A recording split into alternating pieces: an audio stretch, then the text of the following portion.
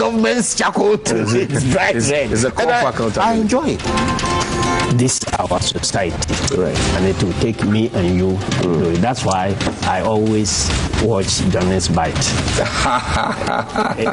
The general watches Johnnie's Bite every day. Thank you very much. And it's devoid of insults, but straight to the point, factual and fearless. Charlie, no be joke. The pressure people like Johnnie can give you. No. You know, get grey hair, you will get grey hair. I'm innocent. And that's what I'm saying. That the pressure Johnnie and his people, the pressure they can give you, you know, get grey hair, you go get. So your best bet is not to have hair.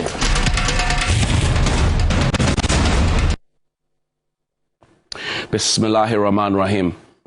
The Lord is my light and my salvation. Whom shall I fear?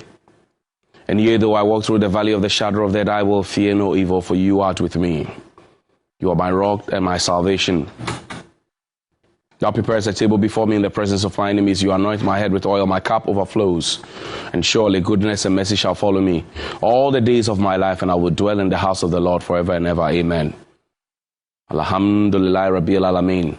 Assalamu alaikum. Good morning. Welcome to Johnnie's Bite. It's Wednesday. Yesterday, I chanced on a video of Archbishop T.D. Jakes speaking very, very well about the Republic of Ghana. And for a second, I thought I was in paradise, because the way he described Ghana for us, some of the things he said accurate, some of the things, well, a few questions here and there, because he kept talking about the specialty of our president, kept talking about the things that have been achieved over the last 7 years and all of that. And for me, I was wondering where all those details were coming from. But I looked closely and I saw that the man was actually reading slide after slide.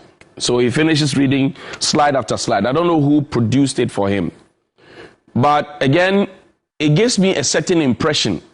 For example, when Bishop T.D. Jakes talks about the fact that he was in Ghana and 7 years ago, we were wearing meager clothes. Oh, it's ready. Let's play a bit of the video right from the beginning. Adu will speak at our International Leadership Summit this month. And in case you're not up to speed on how things are going in Africa, Ghana is one of has completely turned it around. It is the largest producer of gold on the continent and the world's second largest producer of cocoa. Under President Akufo-Addo's leadership, Ghana has emerged as a booming tech center. Even welcoming Twitter is moving to Ghana. Africa's corporate headquarters of Twitter is going to be there.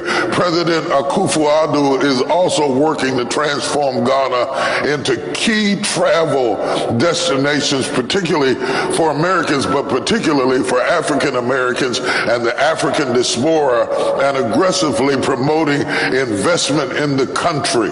Over the last couple of years, Ghana's government has set aside 500 acres of land for foreigners looking to resettle there.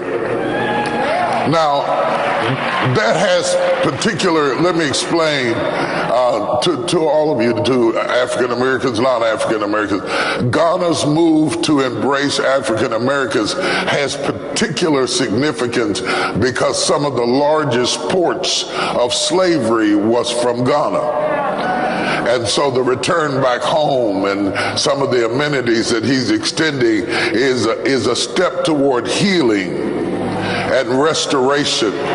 Imagine the prodigal son coming back home and the father running to meet him and welcoming him back home. Well, so that was Bishop T.D. Jakes eulogizing our president and talking about Ghana. For a second, I was thinking Ghana perhaps is a paradise and people are not complaining. And then I started thinking, well, are the people of Ghana being ungrateful for all the things that are being done for them by President Akufo-Addo and his government, and for which reason they complain every morning and they complain every day: electricity, water, high cost of living, fuel prices, shortage of food here and there, school fees.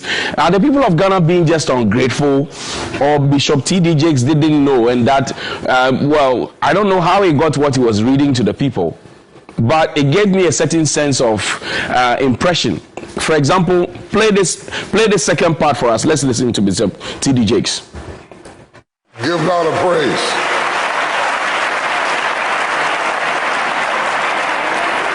Just for I went to Accra, which is the capital of Ghana, many, many years ago, and it was about a 7-year gap since I'd been there before. When I first went there were a lot of dirt roads and people just in meager gear and what have you, and very few buildings and nice hotels. And 7 years later, I came back. There were interstates, highways, hotels, 5-star accommodations, restaurants everywhere. There is nothing like great leadership. There is nothing like great leadership. And when I grew up in school, all they showed us was people with bones in their nose and grass skirts. But let me tell you, that is not the new Africa. Africa is emerging as a... Papa Sofo, good morning to you. Papa Sofo, 7 years ago is 2015, oh. And you said that in seven years ago when you came to Ghana, you didn't see the George Walker Bush Highway. Because that was there as well, Papa Sofo. 7 years ago when you came, you didn't see Kempinski, you didn't see Movenpick Ambassador Hotel, you didn't see Labadi Beach Hotel, you didn't see Micklin Hotel, Papa Sofo. Papa Sofo, are you suggesting that 7 years ago when you came, we're all wearing meager clothes? Papa Sofo. Papa Osofo. You cannot do that. And you cannot say, for example, did they tell you also that the president, in traveling to your place to come and attend and speak to your people, will be coming in a higher jet? Did they tell you? That we're busy holding people's necks to pay a levy, but we'll be traveling in a higher jet to come and see you. Some of the things you said are accurate, but most of the things you said, like 7 years ago, we're wearing meager clothes, there were not enough buildings, there were no hotels. Now we have 5-star hotels, and Papa Osofo, no, check the data again. 7 years ago, Papa Osofo, let's leave it there. If you know Papa Osofo, tell him that some of the things he said, or some of the things perhaps that were written for him to say, is not accurate. But let's go to the Nkoko, Kowu, Adoso areas. You know, yesterday we spoke about education. We spoke about the fact that in our senior secondary schools, furniture and bed and food were becoming a problem. I'm happy that the Minister for Education has woken up and smelled the coffee, and now he says that there will be a plan. But from that Nkoko, Kowu, Adoso areas, we'll get on a ferry and hit the Volta Lake. Then you'll be showing the photos as we go around. Show the children on the water, you know, trying to go to school. So that when we sit in Accra and talk about STEM, we talk about, educational reforms, we talk about whatever it is. These are Komla Dome, Ivonikwe, and Prince Efum. This is what they travel through, and this is what the children travel through every now and then. We're getting to Afram Plains North yet. We are not there yet. That's like the Enchi of the Eastern region. Now, the road that we travel through Donko Chrome, and then you zoom into the villages. Then you pause this one. Show them the road, the bad road. It's a bumpy road. It's actually supposed to be a road, but it's a path, literally. And the teachers have to go through it. I'll tell you the frustrations of the teachers, the frustrations of the headmasters, the frustrations of the education authorities there. So that when we start talking about access, quality, equity, we start talking about reforms, which is in Accra, and talk about science, technology, engineering, mathematics, talk about TVET and all of those things. We need to understand that people go through some of these things. People go through some of these things, a bumpy road, and it's a long walk to freedom. It's a long walk to freedom. They have to cross rivers and get into the schools. So the teachers refuse posting to those places. And even those who accept the postings, they decide that, well, enough is enough. So we'll zoom straight into Tagome and Senapu Copper. There are no telephony services there. So they find a tree and hang their phones. Then he showed them the tree that the phones are hung on. The teachers who are posted from wherever, they go there, they find a tree, and then they hang their phones on the trees. So that it's interesting how Komla Dum and Yvonne Nikwe describe it. That the phones are hanging on the trees, and then when you pass by, you see somebody's phone ringing, you check. If you know the owner of the phone, you go back and go and tell them, Charlie, you had a call. Or the owners of the phone after some time will come and check whether they had calls or not. Daddy, find a photo for me. Like the phones hanging on the trees. I want the world to see it. There are no telcos, there are no electricity, so you can't go and be bragging to them about free electricity, for example. And teachers are refusing posting to these places. In fact, at the Tagome DA Basic School, the headmaster got sick because he was the only person in the school managing and teaching in the school. The whole school didn't benefit from education that week. Show me the classroom, the room of the teacher whose room has been infected by a bat. Okay, that's it. So this is how they live. They hang their phones on the tree. And here's somebody checking. This is a teacher there in the school checking whether he has had a call or not. You can't use your Android there. You can't use your iPhone there. You have to use a YAM. And this is it. They hang the tree. It's not as if we are making this up. If you go there, anybody who knows a front plane north, you go and find these things there. They hang them there. It's a big issue. Now this teacher, the one by the tree, and I hope the Ghana Education Service and others, as usual, will not go and be victimizing them for talking to the press and for telling us what their problems are. Then he show us the teacher's room that had been infected by bats. The teacher's room, he lives there with bats. Umpire bats. He lives there. This is the teacher's room. The bats have pooed there, they have peed there. So he lives there. He lives there with them, literally. Let's hear the teacher's soundbite. Tell his own story. How he feels being posted to a place like this.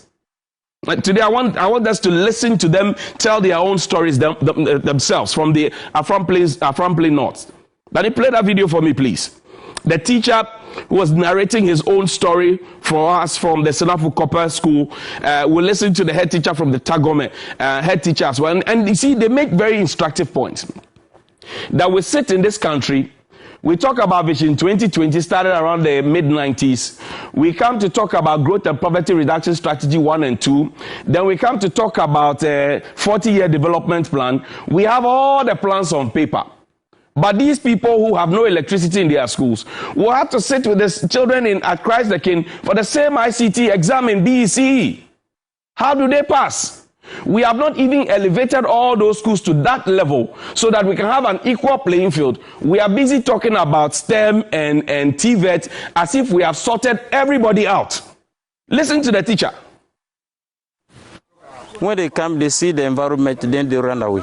The moment the teachers are not in the school, for instance, if I happen to be the only teacher in the school and something happens, I have to travel, sometimes I'm sick or sometimes I'm going to the office. When I'm going, anytime I'm going, it is holiday. There are no textbooks, nothing. Especially this reform, we don't have the materials. They have just changed the name that they have reform education. We have practically seen nothing. So it's posting, danger.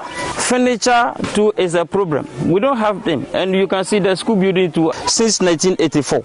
And this structure like this, somebody who was trained in a class, you don't expect the person to come and stay in this classroom and be teaching. But I've been teaching in this classroom since 2004.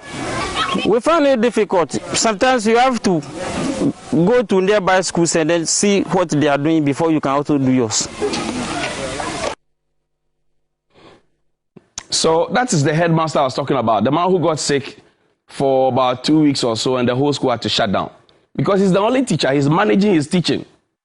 And he says that they don't even have the textbooks, so sometimes they have to go to other places to go and understand what they're teaching. Then he can come back and come and teach. There's an assistant director of education I want you to listen to. Listen to him. We have a deficit of 519. We were hoping that the newly trained teachers who have been posted will get a lot. For now, it has been alleged that over 150-something teachers who have been posted to Afram Plains North, some of them have gone in to change their postings. And through your media, I will be happy to send a signal to Minister of Education and the Minister of Education through Director General of Education for us. So you see their frustration. They are managing the situation. So Ghana is not Accra, it's not Kumasi, it's not Takrady, it's not Ho. Ghana is bigger than that. And there are people this morning who go to school. Danny, I sent you 2 videos of children crossing the river to go to school. Let's hear the audio. These people from Togome, they come school for Medica. 11 years, 9 years, then 6 to 7 years old boys. They come paddle canoe from America to Togome. That'll be where they go. And these small kids.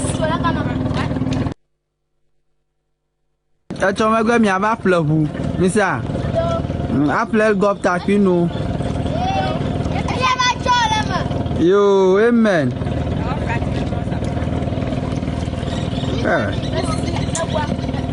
God help them. This is why I need to be blessed.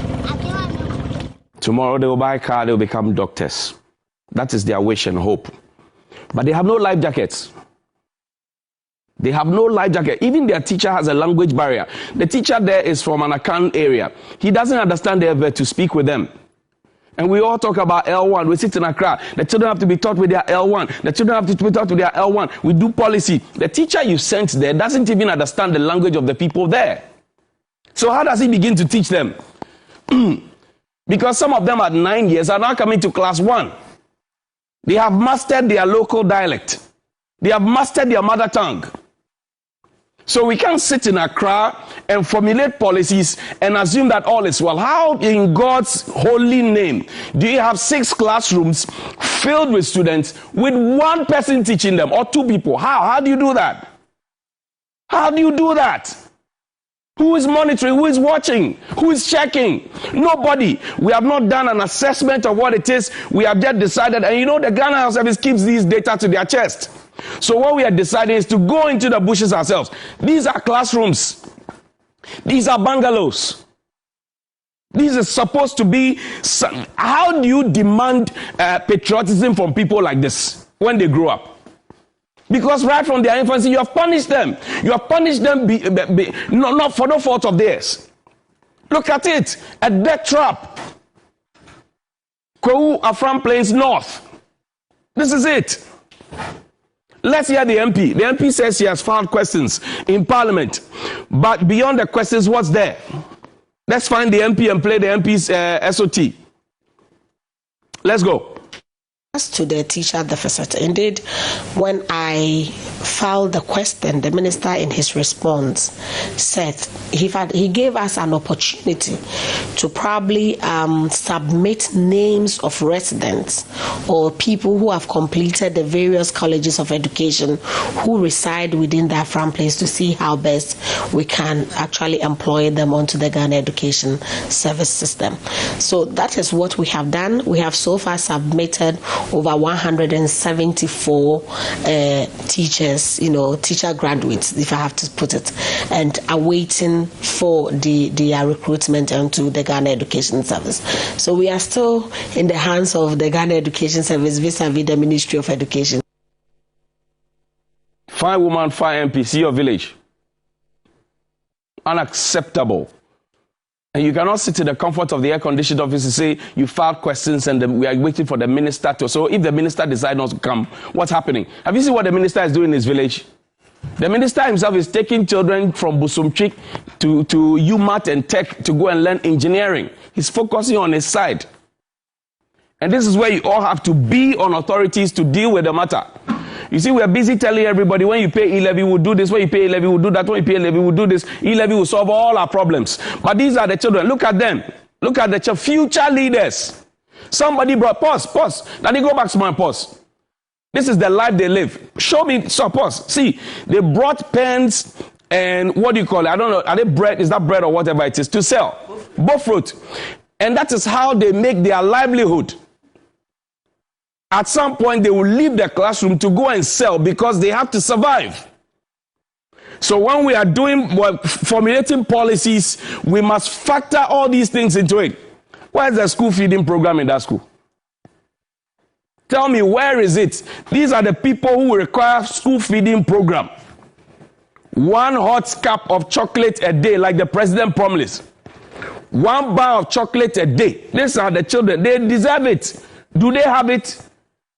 Their teachers are sleeping in bat-infested, rooms. 2 teachers for 1 big school. Who does that? Who does that? And you say the teachers don't want to go and teach. Of course, they won't want to go and teach there. If you are in their shoes, or you were in their shoes, you won't go and teach there. And this is not far away. Oh. This is in Ghana. So that is why I'm surprised at what Reverend T.D. Jakes was reading. He was reading to create for us an impression of everything is sorted, putting a fine video on everything. But it is also part of the situation. These are our future leaders. They have no electricity, no telephone connectivity. So when you are teaching them ICT, they have not even seen a computer before. They've not seen a laptop before. They have no ICT teacher. But at BEC, when the time is due, you put an ICT paper before them. They will be doing A1, B1, A1, B1. If they pass, they pass. If they fail, that's it.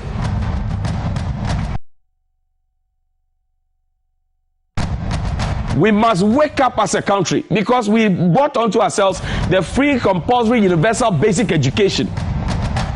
Is this the quality of education we want to give to our children? This is in our front plains. Anybody who has followed the elections in this country knows that from that Kwawu Adosu area, it is a stronghold of the NPP. You may have a few people in Tagomen, Senapu, Copper voting for NDC, but you do know the Electoral Commission will cross rivers to go and find ballot boxes to go and put there. They will send police to go and police the election. But when it comes to giving them textbooks and other things that they need to make their lives comfortable and for their teachers to be happy to teach, you won't find them. And I just showed you pictures and videos, so nobody will come to say, we are picking you up because you publish false news. And if there's any rejoinder, we are waiting for the ministry and the GS to bring the rejoinder. We will not sit down and allow things to go south. Because when things go south, it affects all of us. When we sit down and stare and put our palms in our armpit, things will go wrong. And for as long as we pay taxes, we will not stop asking the questions. You can get angry, you can dislike us, you can say what you want. We don't care. Me, I don't care. As long as I know I'm saying the right thing, I don't care. Hate me all you can, I don't care. Make calls to big people to call me, I don't care. I am just saying the truth. And the truth is one. The truth is only one. So this is the educational dilemma, the heartache of the people of Afram Plains North. Komla Dum, Ivonikwe Prince Efum brought that to you. Tomorrow I'll bring you another aspect of the whole conversation. Tomorrow I'll bring you another aspect of the whole bouquet. Then you get to understand. What we move from Afram Plains, we'll go elsewhere. If you like, go there and go and block us. We will still film. We will film it. Think about it. And wake up and solve the problems. Stop giving PR notes to people to read. Good morning.